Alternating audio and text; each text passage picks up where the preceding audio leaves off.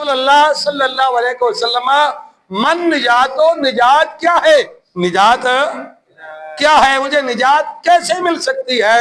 تو آپ نے فرمایا امسک لسانک، اپنی زبان کو روک، زبان کو امسک علیک لسانک، اپنی زبان کو کیا کر روک لے، وَلْيَسَعْ بَيْتَكَ، وَلْيَسَعْ بَيْتَكَ، اپنے گھر کو لازم پکڑ، اپنے گھر کو لازم پکڑ کے پہلے گھر نو سیدھا کر، ہاں جی، اور بلا وجہ کسی اور کے گھر کے معاملے میں ٹانگ نہ اڑا، اپنے گھر میں رہے، محفوظ رہے۔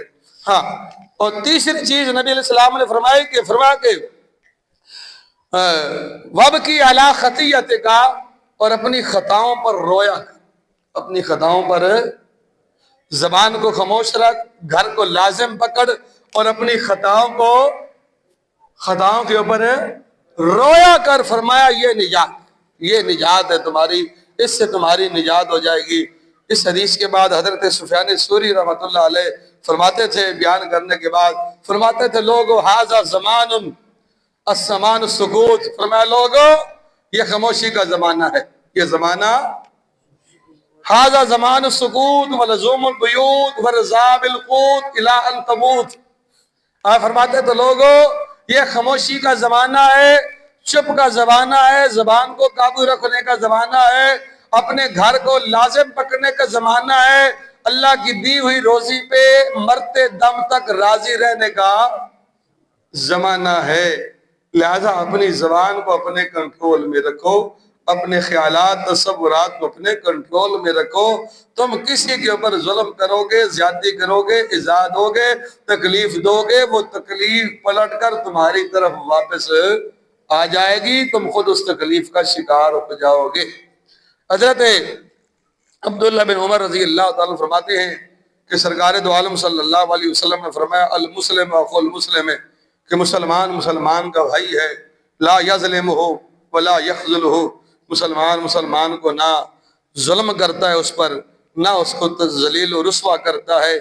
من کان فی حاجت اخیہ کان اللہ فی حاجتہ، فرمایا جب ایک مسلمان دوسرے مسلمان کی تکلیف کو دور کرنے میں کوشش کرتا ہے نا، اللہ اس تکلیف دور کرنے والے کی تکلیفوں کو خود دور فرما دیتا ہے۔ اللہ فرماتا ہے تو میرے بندے کا کر رہا ہے، میں نے تیرا کر دی۔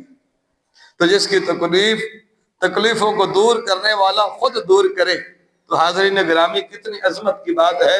یہ آقا کریم صلی اللہ علیہ وسلم کا فرمان، اللہ کے محبوب صلی اللہ علیہ وسلم نے فرمایا کہ من کان فی حاجت اخی کان اللہ فی حاجت ہی، کہ جو اپنے مسلمان بھائی کی حاجت پوری کرنے کی کوشش میں ہوتا ہے، اللہ اس حاجت پوری کرنے والے کی حاجتوں کو خود پورا فرما دیتا ہے۔ اور آگے نبی علیہ السلام نے فرمایا من فرج عن مسلم قربۃ من قربات الدنیا، جو بندہ مسلمان کی دنیا کی تکلیفوں میں سے کوئی تکلیف دور کرے گا، فرج اللہ عنہ جو ہے من قربات یوم القیامہ، اللہ اس کی قیامت کی تکلیفوں کو دور کر دے گا۔ جو دنیا میں کسی مسلمان کی تکلیف کو دور کرے گا، اللہ اس کی قیامت کی تکلیفوں کو جو ہے وہ دور فرما دے گا۔ اور نبی علیہ السلام نے فرمایا وَلَا تَحَاسَدُوا وَلَا تَنَاجَشُوا، فرمایا مسلمانوں، لوگوں، ایمان والوں، آپس میں حسد نہ کرو، لا تحاسدوا، حسد نہ کرو۔ عزت، شہرت، رزق، مال، جان، کائنات کی ہر چیز ادا کرنے والا اللہ وحدہ لا شریک ہے، اس کی تقسیم کے اوپر راضی رہنا ہی ایک مسلمان کا کام ہے۔ کوئی سونے کے نوالے کھا رہا ہے تو اس کی عطا سے ہیں، کوئی چاندی کھا رہا ہے تو وہ اس کی عطا سے ہیں، کوئی مٹی کھا رہا ہے تو وہ بھی اس کی، اسی کی بنائی ہوئی مخلوق ہے، اسی کی تقسیم ہے۔ کسی کو اگلے پیر دے دیا، کسی کو پچھلے پیر دے دیا، کسی سے لے کے ازما لیا، کسی کو دے کے ازما لیا۔ انسان کے عقل و شعور کے اندر یہ مت آئے کہ میں اپنے عقل سے یا اپنی محنت سے یہ سارا کام کر رہا ہوں تو یہ ایسا ہو رہا ہے، ایسا قطعا نہیں ہے۔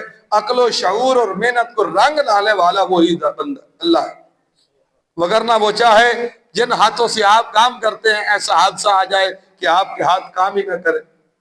قُلْ أَرَأَيْتُمْ إِنْ أَصْبَحَ مَاؤُكُمْ غَوْرًا فَمَنْ يَأْتِيكُمْ بِمَاءٍ مَّعِينٍ، یہ سورہ ملک کی آخری آیہ مبارکہ ہے۔ اللہ فرماتا ہے کہ محبوب آپ انہیں یہ بتائیں کہ یہ لوگوں تم یہ بتاؤ کہ اگر میں زمین سے پانی خشک کر دوں تو تمہارے پاس ایسی کون سی مشین ہے جو نیچے سے پانی نکال لے گی؟ میں یأتیکم بماء معین، کون ہے جو تمہیں پانی کے چشمے لا کر دے گا؟ کون ہے اس دھرتی سے پانی نکالے گا؟ تو انسان کو محنت کی اگر طاقت دی ہے تو وہ بھی اللہ کی طرف سے ہے۔ حضرت انسان اپنی مرضی سے کیا پیدا ہوا؟ میری مرضی تھی کہ میں جو ہے وہ یہ بنوں جو آج ہوں، کبھی نہیں، ایسا نہیں ہوتا۔ نہ اپنی مرضی سے مرد پیدا ہوتا ہے، نہ اپنی مرضی سے بندہ عورت پیدا ہوتا ہے۔ مرد بنا کر بھی بھیجا تو اسی نے، عورت بنا کر بھیجا بھی تو اسی نے بھیجا۔ غریب گھرانے میں پیدا کیا تو اسی نے کیا، امیر میں پیدا کیا تو اسی نے کیا، اوپر والی برادری میں پیدا کیا تو اسی نے کیا، نیچے والی نے کیا تو اسی کیا، گورا بنایا تو اسی نے، کالا بنایا تو اسی نے بنایا ہے۔ وہ محنت کی توفیق دیتا ہے اور محنت کو پھل لگاتا ہے تو اپنی عطا سے لگاتا ہے، انسان کا دخل نہیں۔ اس لیے فرمایا وَلَا تَحَاسَدُوا، حسد نہ کرو کہ فلاں کے پاس تو یہ ہے، میرے پاس کیا ہے، فلاں تو یہ کر رہا ہے جناب، میرے پاس کیا ہے، فلاں تو ایسا ہے، میں کیا کروں، اس کو کیوں ملا مجھے مل گیا، اس کو کیوں ملا؟ تو تقسیم کرنے والا تو خدا ہے، تو سوچ رہا ہے تو اللہ کی تقسیم کے اوپر اعتراض کر رہا ہے، اس کی عطا کے اوپر اعتراض کر رہا ہے کہ یہ کیوں کھا رہا ہے، میں کیوں نہیں کھا رہا، وہ جس کو چاہے عطا کرے۔ جیسے فرمایا حسد ولا تحاسدوا، فرمایا لوگوں حسد نہ کرو، ولا تناجشوا، دھوکہ نہ کرو۔ بے کے اندر ایک نجش، بے جو ہے ایک دھوکہ ہوتا ہے کہ کسی کو دھوکہ دے کر جو ہے وہ چیز بیچنی یا لینی۔ فرمایا دھوکہ بھی بے کے اندر جو ہے وہ نہ کرو، دھوکے والی بے نہ کرو۔ ولا تباغضوا، فرمایا ایک دوسرے کے بارے میں دلوں میں بغض نہ رکھو، یہ خواہ مخواہ کی تکلیف ہے جس میں تم جلتے رہو گے، لیکن ملنا کچھ بھی نہیں۔ ہاں جی، وقت سے پہلے مقدر سے زیادہ ہونا کچھ بھی تکلیف ہے، جتنی مرضی آپ کو دے لو، دکھ ہے کسی کو مرضی دیکھ لو، او جناب فلاں کی بڑی گاڑی ہے، میرے پاس چھوٹی، وہ فلاں ایسا کر رہا ہے، میرے پاس کچھ نہیں۔ یہ اپنے آپ کو تکلیف دینا، دوسرے کے بارے میں دل میں بغض رکھنا، کینہ رکھنا، یہ خود کو تکلیف ہے، جتنی مرضی دے لو۔ فرمایا تمہارے بغض سے تم اپنا اندر تو ساڑو گے لیکن کسی کا کوئی نقصان ہے؟ اپنے آپ کو ساڑنے کا مقصد کیا ہے جی؟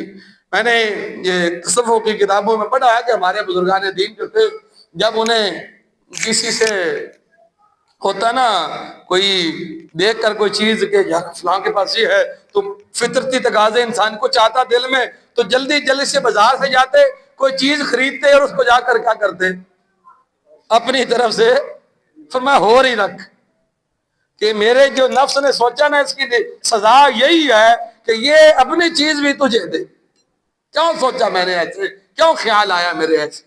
تو فرمایا ولا تحسدوا ولا تناجشوا، فرمایا لوگوں نہ حسد کرو، نہ بے کے اندر دھوکہ کرو، ولا تباغضوا، بغض بھی آپس میں ایک دوسرے کے ساتھ نہ رکھو، ولا تدابروا، ایک دوسرے کے پیچھے پیٹھے نہ کرو، ایک دوسرے کی طرف پیٹھے کی مطلب ہے ایک دوسرے سے ناراض نہ ہو۔ جمعرات پیر کو حدیث پاک کا مفہوم ہے، لوگوں کے اعمال اللہ کی بارگاہ میں پیش کیے جاتے ہیں، اللہ بڑا کریم ہے، وہ چھوٹی موٹی خطائیں معاف کر دیتا ہے، لیکن جو بندے آپس میں ایک دوسرے کے بارے میں بغض رکھتے ہیں، ناراض ہیں، اللہ فرماتا ہے ان کو نہیں، ان کو معاف نہیں کرنا، باقیوں کو اوپر کیا کر دو، قلم پھیر دو، باقیوں کو معافی دے دو۔ یہ ایک دوسرے کو معاف نہیں کرتے تو میں کیوں نہیں معاف کر؟ اتنا بڑا نقصان ہم ایک دوسرے کا کرتے ہیں، اپنی انا کی بھیڑ چڑھ کر اپنے اندر کے اس حسد اور کینے کا شکار ہو کر ہم اپنا کتنا نقصان کر رہے ہیں روزانہ کی بنیاد پر۔ ہاں جی، اللہ فرماتا ہے ان کو ان کے حال کے اوپر رہنے دو، باقیوں کو معاف کر دو، ان کو معاف نہیں کرنا۔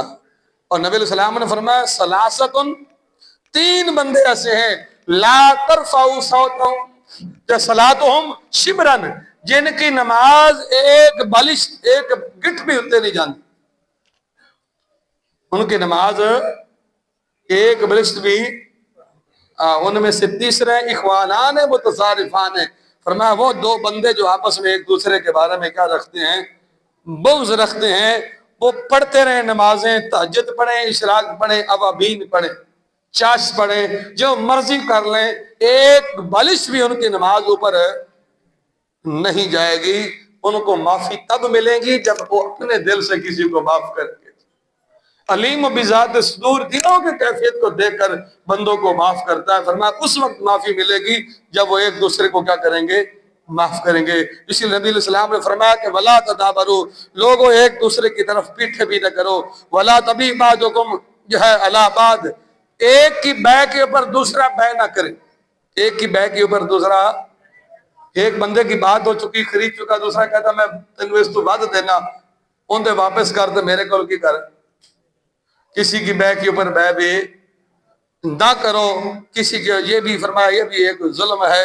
اور وَكُونُوا عِبَادَ اللَّهِ إِخْوَانًا، حضور نے فرمایا اللہ کے بندوں آپس میں بھائی بھائی بن جاؤ، اللہ کے بندوں آپس میں بھائی بھائی جو ہے وہ بن جاؤ، بھائی بھائی بن جاؤ، اس لیے کہ المسلم اخو المسلم ہے، کہ مسلمان مسلمان کا بھائی ہوتا ہے، مسلم لا یظلمہ ولا یخذلہ ولا یحقرہ، کہ مسلمان نہ کسی پہ ظلم کرتا ہے نہ زیادتی کرتا ہے، ولا یحقرہ، اور نہ ہی اپنے سے کم تر کو وہ کیا کرتا ہے؟